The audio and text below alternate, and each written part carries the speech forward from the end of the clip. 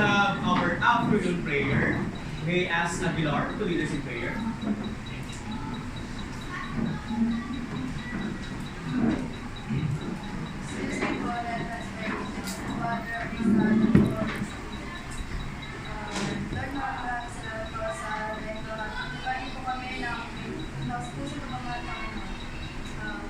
Panginoon, gabayan niyo po kami sa aming activities, nalagawin po ngayon, Panginoon. Panginoon, ito po ng kasalanan aming nagagawa, Panginoon. Panginoon, kami humihingi ng pagpapatawaran sapagkat kami nagawa ng sala.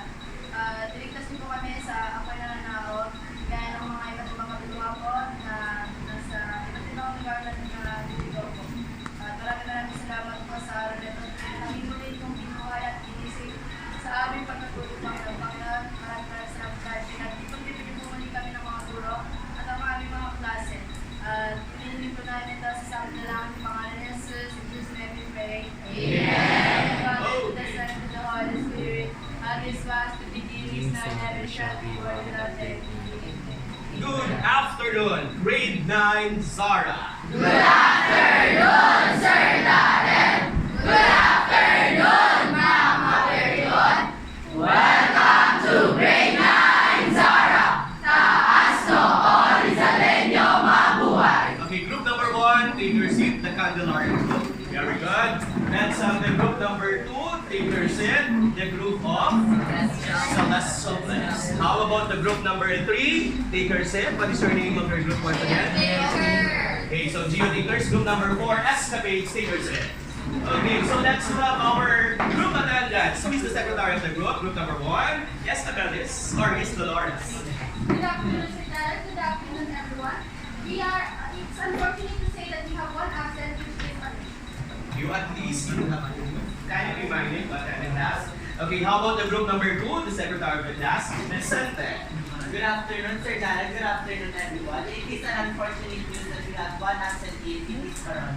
Okay, thank you very much. So same as the group number 1, let's have the group number 3. Good afternoon, Sir Darren. Good afternoon, everyone. I'm sad to say that we have one absent and she's alive. Okay, how about the group number 4, the Escapades? Good afternoon, everyone. Good afternoon. I am very proud to say that our group has no absentees. Okay, let's clap for group number 4. Let's give them 5 claps. For that, since you are sitting, kindly have yourself on your desk or on your chair. So kindly pick up the pieces of paper and plastics. Parang may hips dito, parang may nakita ako. Who owns this one?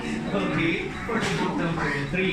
So always remember that we're going to have and practice this always, the clean as you go or the clean go. So as we enter and as we exit our class, do not forget to pick up those pieces of paper or plastics you have on your table, okay, for us to have a clean laboratory.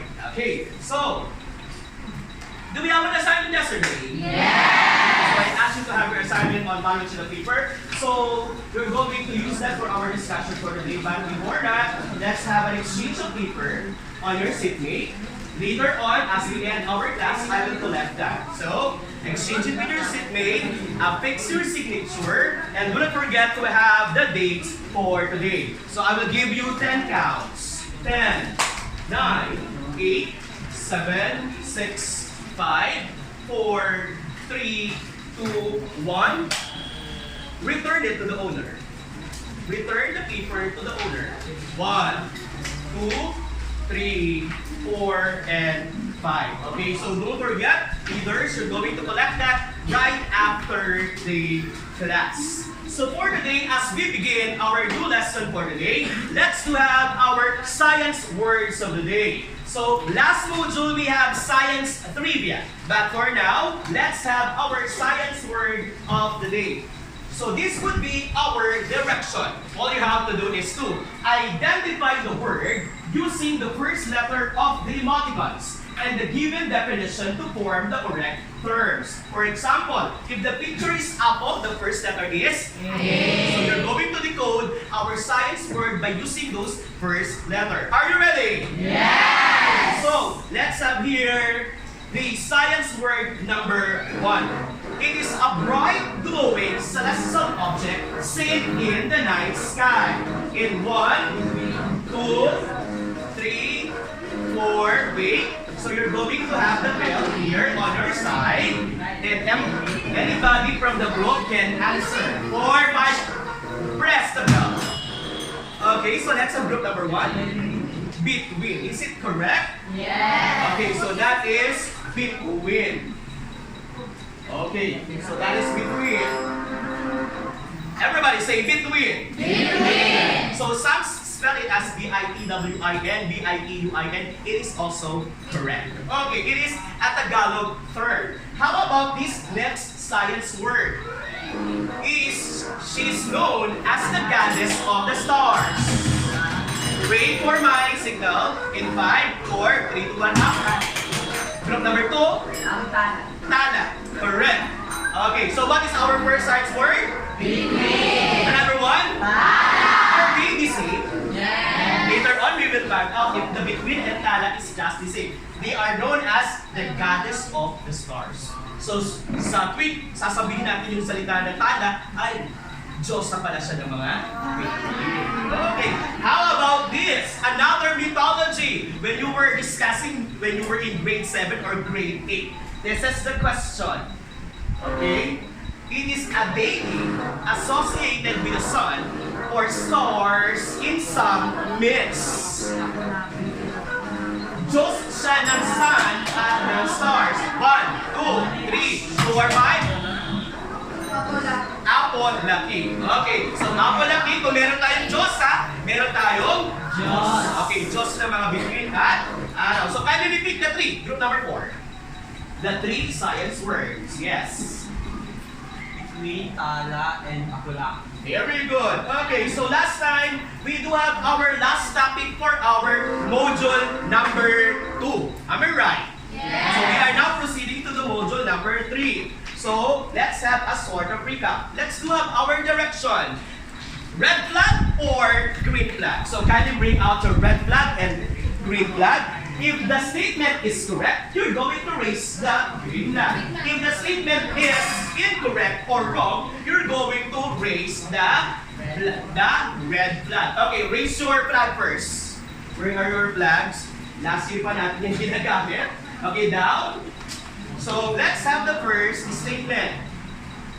Group number 1, read. 1, 2, 3, go.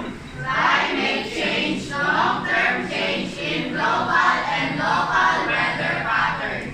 Green flag, red flag. 1, 2, 3, 4, 5, up. Okay, so the correct answer is green flag. Okay, meron tayong mga dalawa akong nakita na red. Okay, so from the group 2 and group number 3, so that is incorrect. So that is red flag. How about number 2? La Nina is the severe rainfall caused by slower trade winds in the Pacific Ocean. Is it red flag or green flag? In 5, 4, 3, 2, 1. What is your answer? Salah. Why? What makes this statement false? It should be very good. It should be stronger. Okay, slower. It should be stronger. Yeah. Okay, so how about the question number 3? Who got it correctly? Sino nakatama kanina?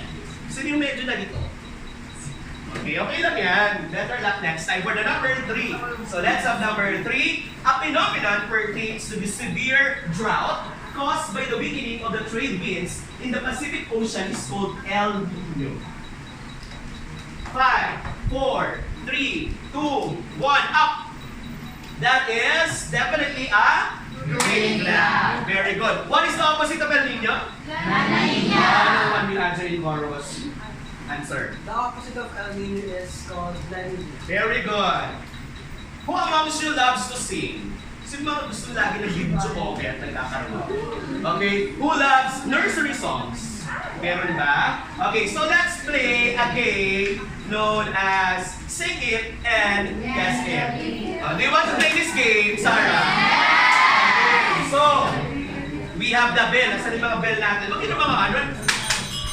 Baka sirahin nyo naman. Yan, huwag yung sisirahin. Okay? So, let's hear the bell from group 1. 2, 3 yung old version. Pasensya na kasi medyo pricey talaga yan. Pero sa susunod, we will try. So listen carefully and guess the song's title. This is a nursery song.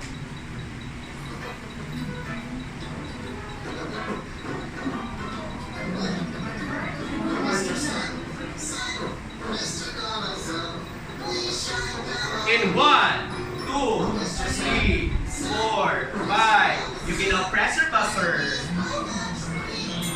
Okay. 3. Very good. That is Mr. Sun. Very good. That is one of the popular songs in the cartoon Morning and Friends. Okay, that is Sun. How about this second song?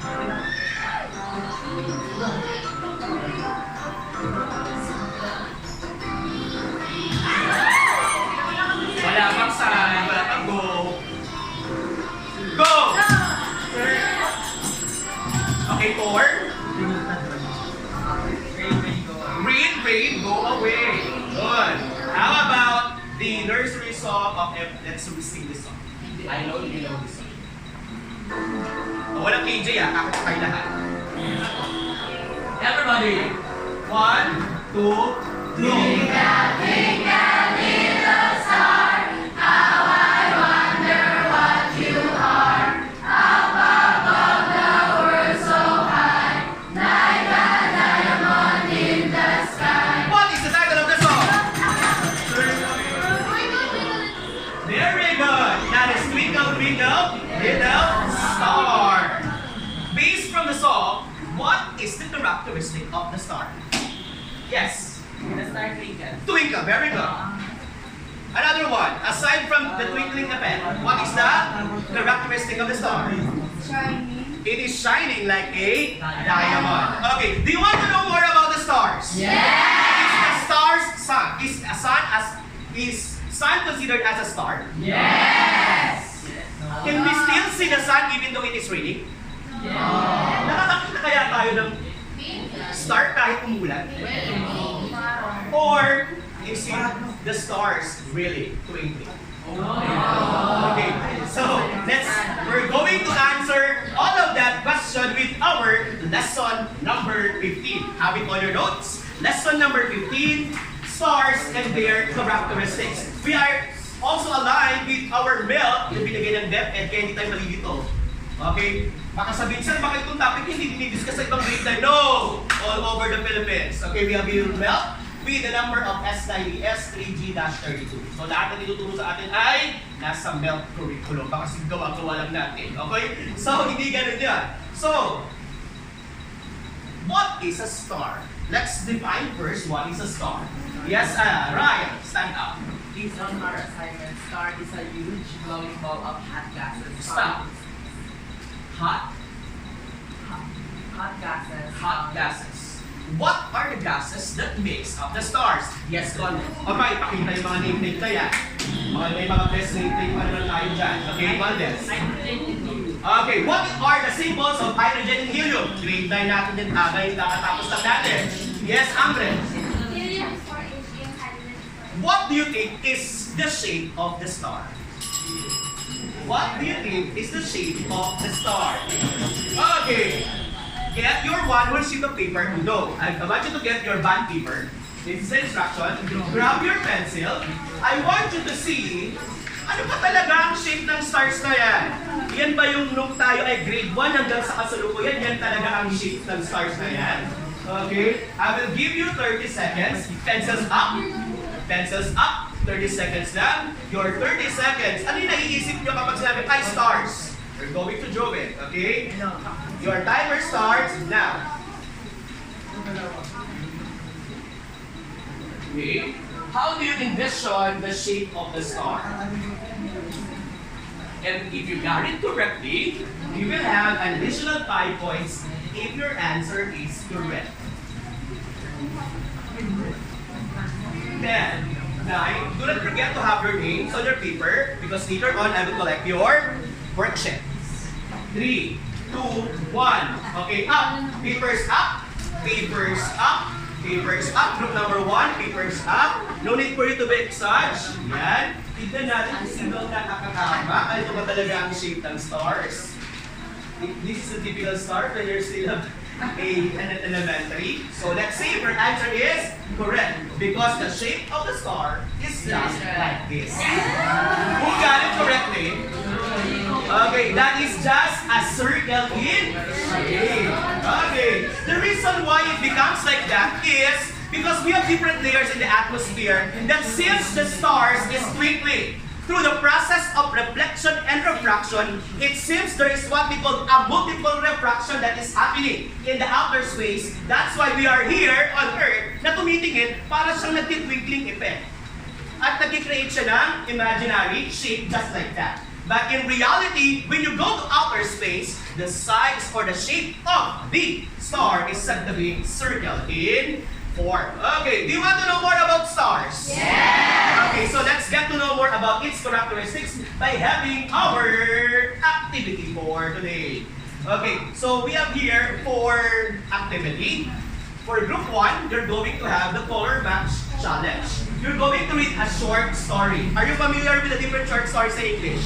Yes! Okay, so for the group 2, what's my temperature? You're going to download, so I asked you to download the PET application. You're going to swipe something like that. There is an instruction. And for number 3, size line up, a foam analysis. Nakagawa na ba kayo ng ano to na? Opo. Sa Pilipino.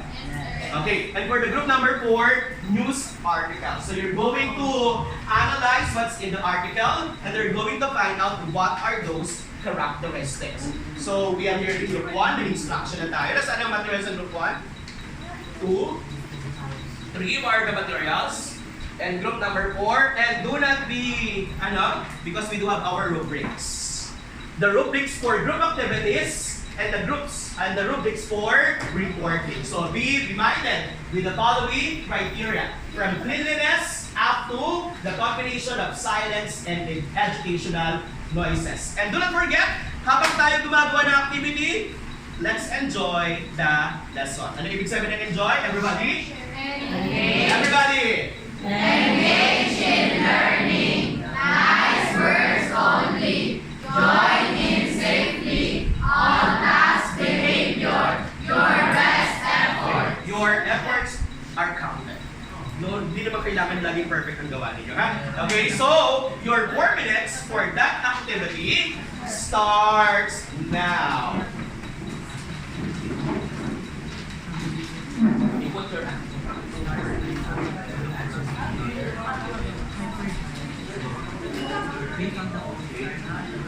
So we do have a lot of copies dyan, ha? Hindi lang yan isang copy. We do have a lot of copies. Yes.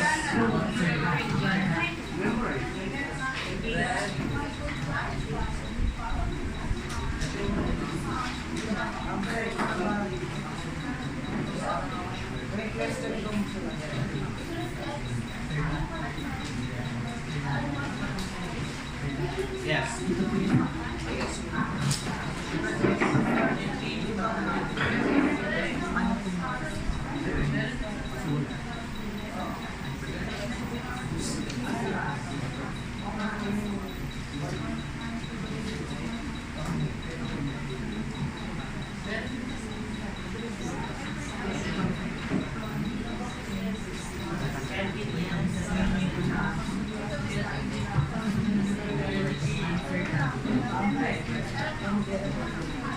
Okay, if you have questions, you can ask me freely, yeah?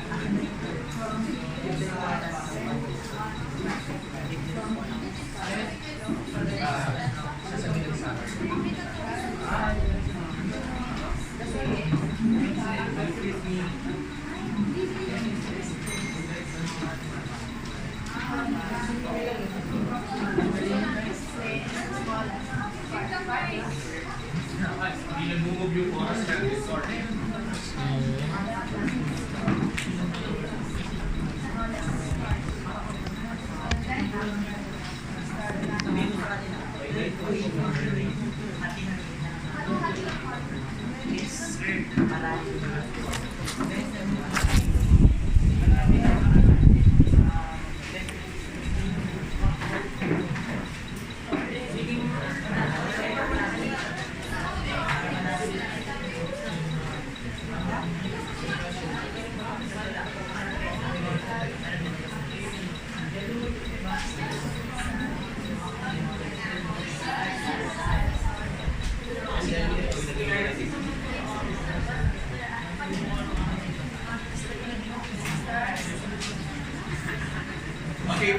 mind that we do have our time here.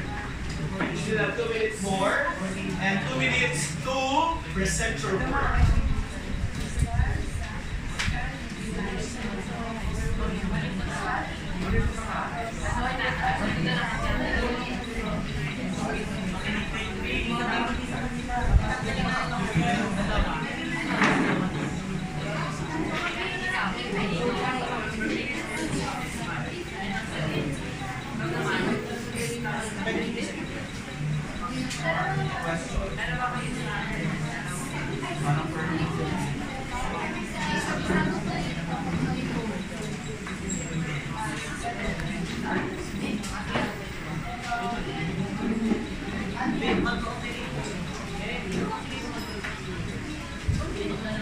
You're going to press your buzzer if your group is done, or your bell. You're going to press your buzzer or bell if your group is done.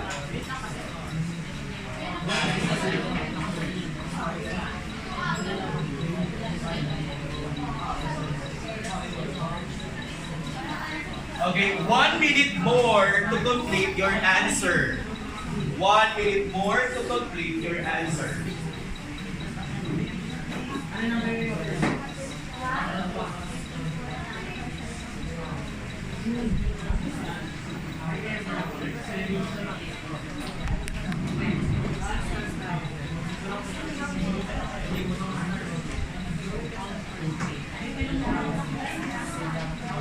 Where is your rubrics? Yung rubrics mo.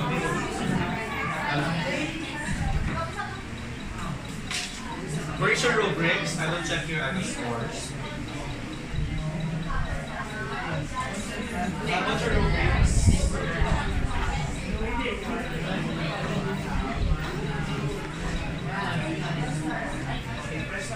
Okay, I'm just gonna give you 30 seconds more as an additional count. 30 seconds more. Okay, clean your table for 30 seconds. Clean your table. And you may now take your sip. Okay, sige, 30 seconds. Clean your faces. Sige.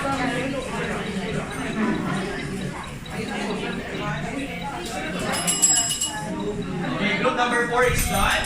Thank you very much. Group number 3 is also done. Don't clean your face. Clean your table. Clean your table. Put all the trash inside the box. Okay, group number 3 is also done. Group number 1 is also done. Okay, so let's have the group presentation for our activity for today. Group number 1, have yourself in front.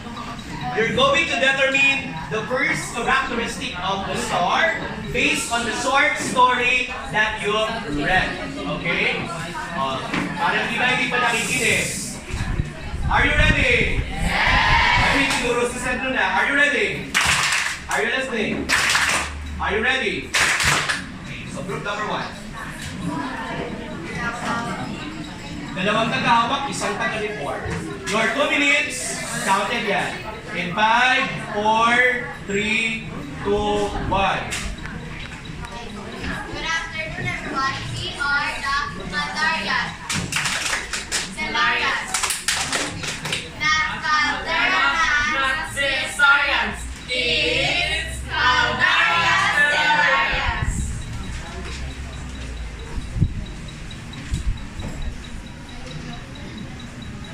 First question.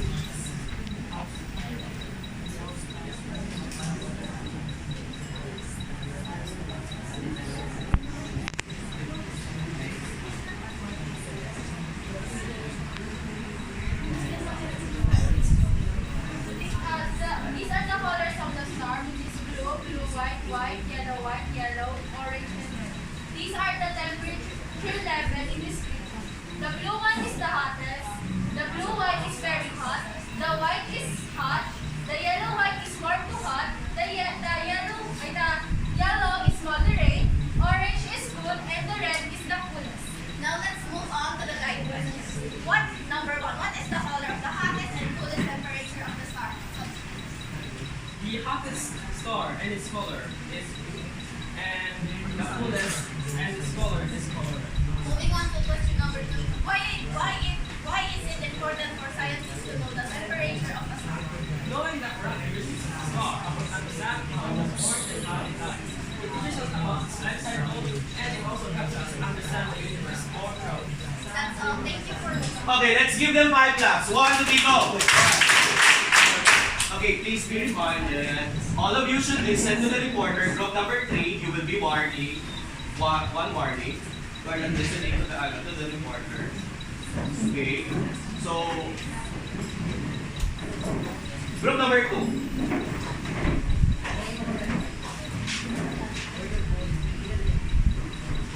So eyes on the board.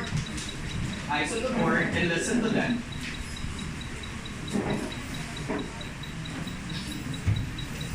Your 2 minutes starts now. Good afternoon, ladies and gentlemen. We are Celestial B. L. A. Z. E.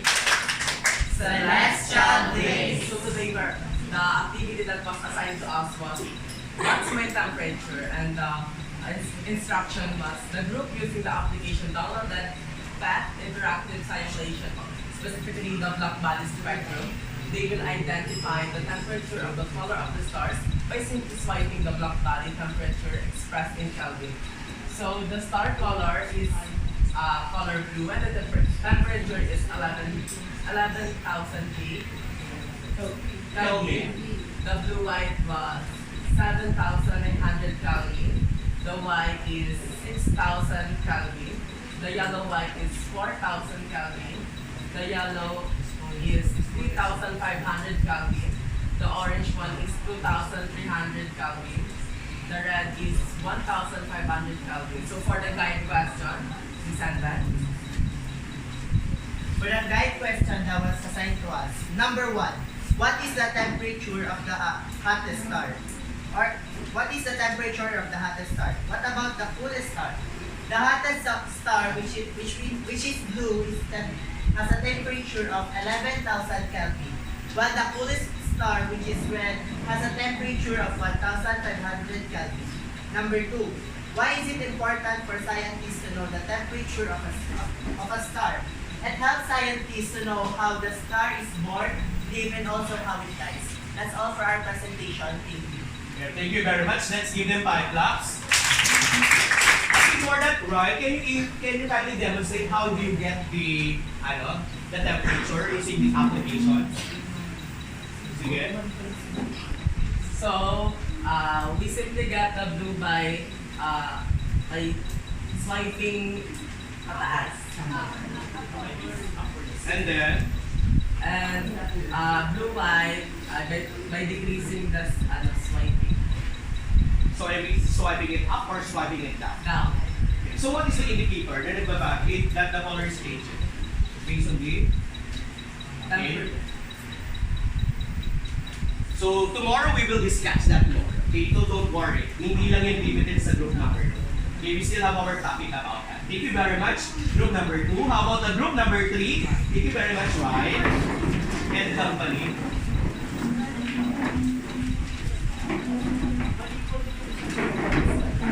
Your 2 minutes starts now. Jump up for the group number 3.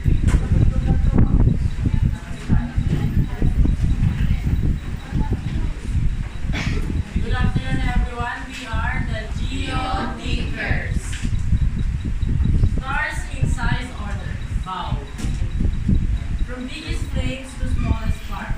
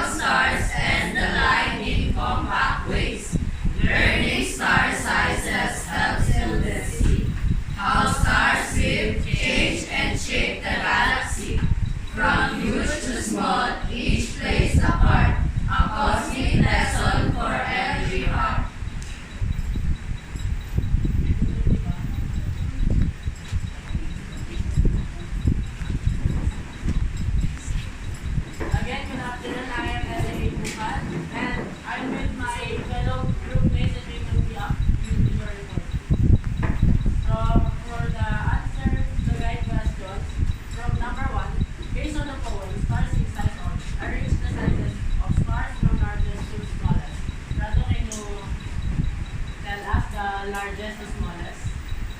Start with the large, then is hypergiant, second supergiant, the third one giant, the fourth one main sequence, neutron stars, and the last is one. And for the number 2, give the importance of knowing the star size, especially for students. The importance of knowing the star sizes helps students to see how stars live, change, and shape the galaxy, from huge to small-ish layer apart, a complete lesson for every year to come. Okay, time is up. Congratulations, group number 3. Let's give them 5 claps also. Very good. You have the maximum group participation for your presentation. How about the group number 4? The last group to present about the sizes of the stars. So 2 minutes starts now. So everybody, are you listening? And everybody clap once, clap twice. So we are the Earth's Escapade, and I'm Rusty Honorable together with my group mates, now presenting a news article about the size of stars. Let's start with Zubito. From colossal hypergiants to ultra-dense neutron stars, new visualization highlights the full spectrum of stellar stars. At the top of the scale sits Stepson 2 to 8, a red hypergiant so large that it faced the center of the solar system with a radius of over 2,000 times that of the sun. Second is Alira, the bright blue supergiant at the heart of Orange Belt, known for its powerful luminosity and rapid stellar waves.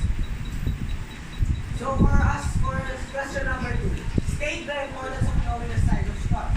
Answer. Knowing the size helps to understand complex concepts. What do we mean by complex concepts? As for educators, it helps them understand what is the temperature, luminosity, and the age of a star. By doing that, the educators can basically help the students be more engaged on astronomy. And for astronomy, the scientists can help.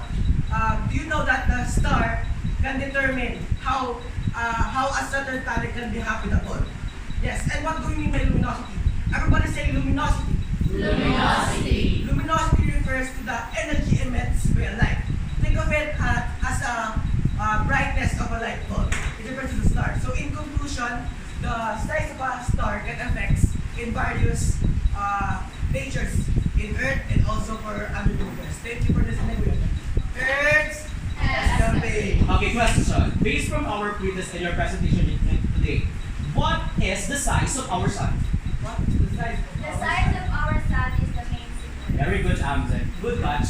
Okay, so figures it. Let's give them 5 claps.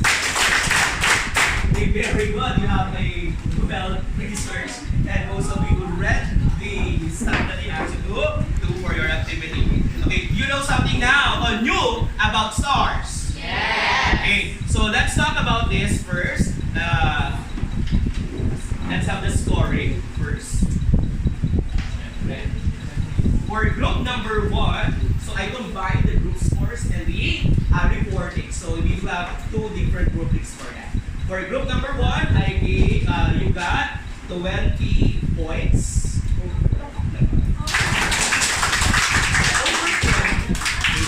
Good. For group number 2, you have also 19 points. Be careful on how you write your answer. If it is caps lock or small caps or cursive or something like that, be consistent. Okay? Be careful with your writings kasi hindi ko na siya nakapasa. Okay? For the group number 3, for the group participation, also got 20 points. And syempre, for group number 4, you got 20 points. So that very good. Listening well. Parang may nainggit bigla. So, let's be happy with others. Okay, so, have your notes with you. For that activity, we know the 2 characteristics of the stars. So the first group and the second group talk about what characteristic? That is the sun up, yes, Sudaria. The temperature which pertaining to the colors. So after knowing the colors of the star, you can get the temperature. The red is not the hottest. Instead, the hattest is said to be the color blue. Okay, when you were in grade 7 talking about the colors of the electromagnetic spectrum, ano ang mas mahaba ang wavelength? Red or violet? Or blue? Okay, so dahil blue to violet. Okay, so that is your topic when you were in grade 7. Okay, so that would be the color of the stars. And we have here a classification from letter O to letter M. They just base this on this what we call a system of getting the groupings of the stars based on the temperature. That is known as the Morgan-Keenan spectral system. And for the sizes, for the group 3 and group number 4, let's test if your answer is correct for this lecture. So we have here the size stars differs from hypergiant, are you correct? Yes. Supergiant, giant, main sequence, white dwarf, and neutron stars. Among these, follow the example of stars which is said to be visible and beneficial to us. The very near star you can see on Earth. Yes. The very nearest star and the most benefitable for humans is the sun or the main sequence. Okay, so that is the sun or the main sequence. What do you call to the group of stars in the sky, especially during at night? This is your topic when you were in grade 7, if you still remember. Oh, in group 1, diba? Star constellation. Very good. That is stars, constellations. Okay, any question? Any question? Okay, trivia. Stephenson 218 is the largest known star in the observable universe. If we go outside, syempre, we can categorize the Stephenson as the super giant. Okay, so who wants to gaze the stars at night? Yung mga gustong tumitingin sa stars paggabi? Okay, doon siya. Mamaya, ano natin ha? Maganda ang panahon ngayon pero may nagbabagdang bagyo sa Bicol. Lord, bagsan man sana. Okay, para makita natin ang stars mamaya. So, meron tayo sa Muntalban. Serve as our sanctuary of stars, wherein it is free to watch the stars outside. And they are very visible in Barangay Mascap, Muntalban, Rizal. Alam niyo ang Mascap? Yes. How about very near Mount Balagbag, San Isidro? Yes. Nakakita ka? Nakapunta. How's your experience here? We spent 2 days and 1 day there, and we will start with Do you have your topic? So, sabi nga ng isang quotation, the stars do not discriminate. So, I read some of the comments sa isa kanilang Facebook page. Sabi nga, napaka-special, sabi ni Juan, one of the local hiker, napaka-special talaga ng langit dito sa Mount Balagbag. Sa totoo lang, kahit sino ka pa o ano man ang pinagmulan mo, maging taga Maynila ka man na sanay sa neon lights o taga-probinsya na sanay sa dilim, pantay-pantay tayo dito. Ang ganda na nakakasalungo rin namin ang mga kapatid natin dumaga habang tinitignan ang Milky Way. Suggestion ko lang sana panatili natin tahimik at malinis ang lugar. Coming from you, malinis pa ba? some areas were Okay, so that is the thing na kailangan natin yung to push the government. How about, sabi naman ni Elena, right, ikaw nga, para makabawi, isang travel vlogger, pakibasa. Elena, travel vlog. Found a rare sanctuary here at Camp Aurora in Barangay Mascap. Ang ganda na naisip nyo na the stars do not discriminate. Ramdam ko yung kagabi habang kasama ko ang mga international travelers at local hikers. Kahit magkakaiba ang ating ethnicity at upbringing, iisang infinity lang ang tinitingnan natin. Sana magkaroon ng mas maraming posts o media content tungkol sa diversity ng stargazing community dito para mas marami pang may star to visit.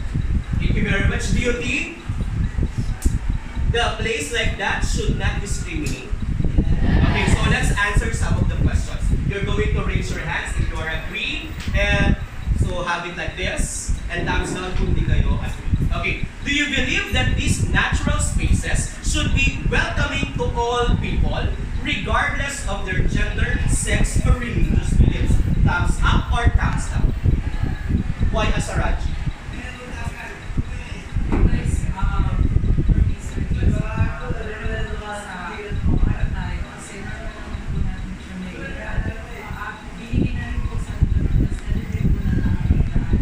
Can you have it in English? Because I know you know how to speak English. Because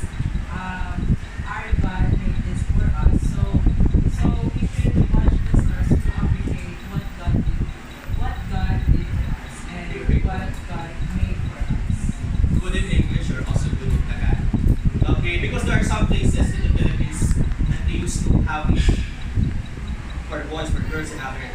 Okay, so how about number 2? Should every visitor, no matter their background or color, be treated with the same level of respect and kindness by the staff and fellow hikers? Do you agree or disagree?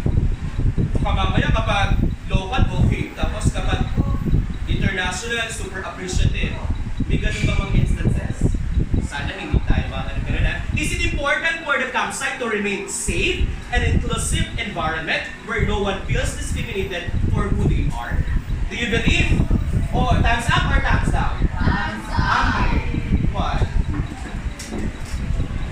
Because it's important because every people who come there has their own dignity and respect. So it is important that that environment must be inclusive and everyone who comes there should be respected and feel free from who they are. Very good. Thank you very much. Do you have also the same sentiments with us? Yes. Okay, so thank you very much. So, let's have this one verse.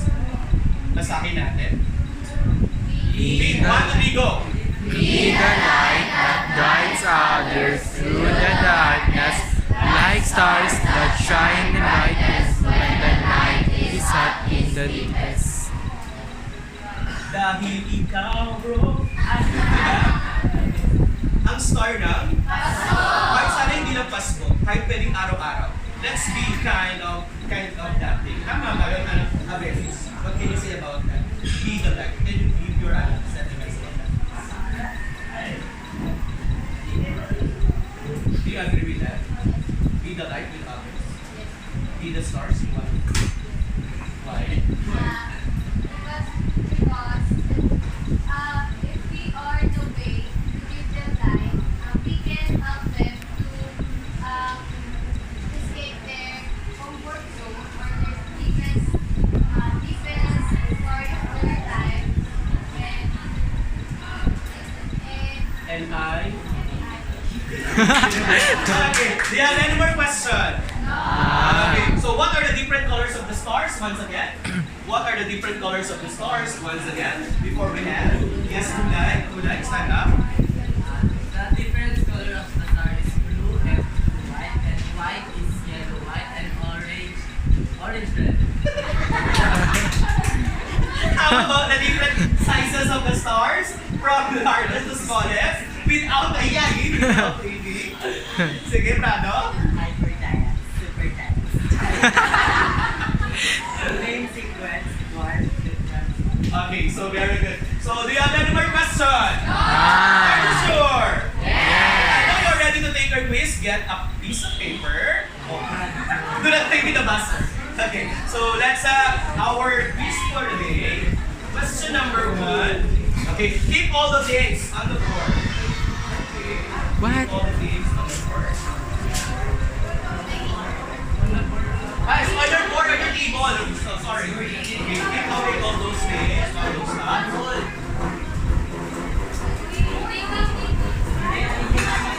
Any paper will do. One more. Paper. The letters only.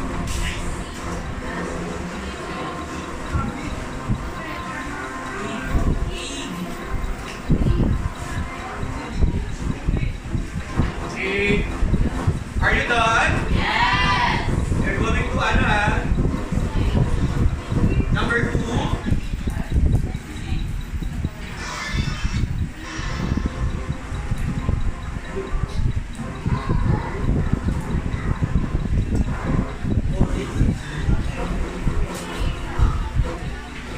Done? Yes.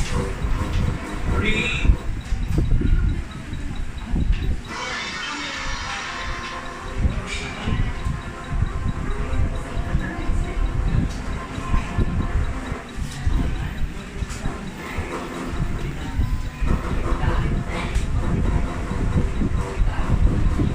Done? Yes. Done?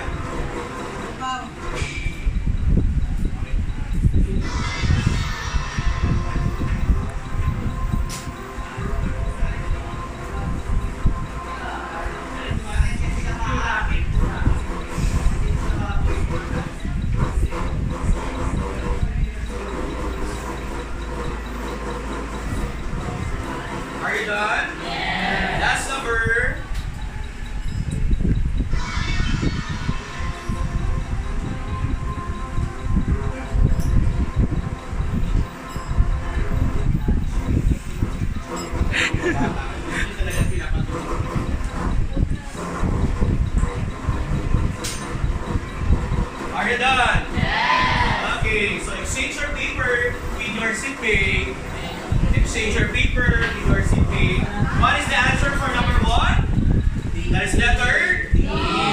Correct. Number 2? The answer is A. Number 3? That is dog. Hypergiant, Apple, European star. How about number 4? C. Is it C? Yes. Why is the sun considered the brightest object? Even though, yes, that is letter C. And number 5? Letter D. No. Okay, so who got 5?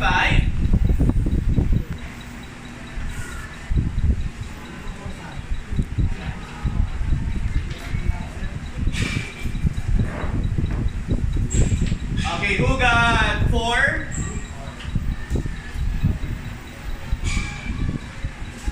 3, 2, 1, 0. Do you have any more question about our lesson today? Okay, so this would be your assignment. Understanding the stars that will serve as our final performance task. Okay, so instructions will be given and sent to your GC. So, as understanding the star, there is a scenario, and this would be our rubrics. Is it clear? This message will be sent via messenger. Okay, let everybody stand up.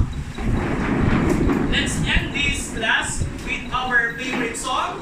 Let the stars and liwanag sa dilim make us more brighter than before. Sa nagdidilim na kapaligiran, maging liwanag sana tayo ng ating pamayanan. Everybody, let us sing.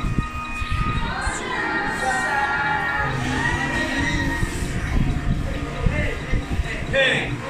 Hey. Hey! Hey!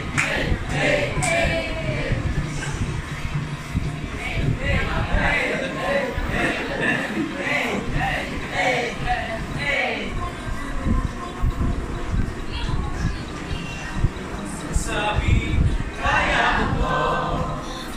Lahat ng sangka. Sigaw mo sa akin, tumilat ang silbing. Liwanag, liwanag sa dilim. Hatiin mo, magiting ang bagong amitin.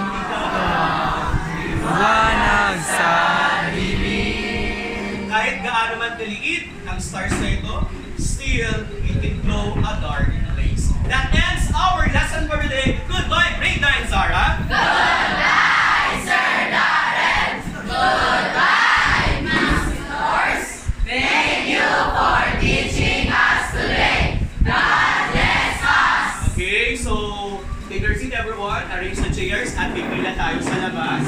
At kayo ay mag-recess. Okay? Okay, so group number 1. Okay, so take your seat first. Okay, let's have a 5 claps for your teacher. Okay, you know what? You've got an amazing teacher. So very nice, diba? So sa aking observation, ng dahil nakikita ko and most observation ko kay Sir Darren. Yan. Congratulations. You will realize that you are so lucky to have Sir. Thank you po, ma'am. Thank you, ma'am. Thank you po. Okay, so group number 1, stand up. Pila tayo. Ako na kakausap kay ma'am, meron dito.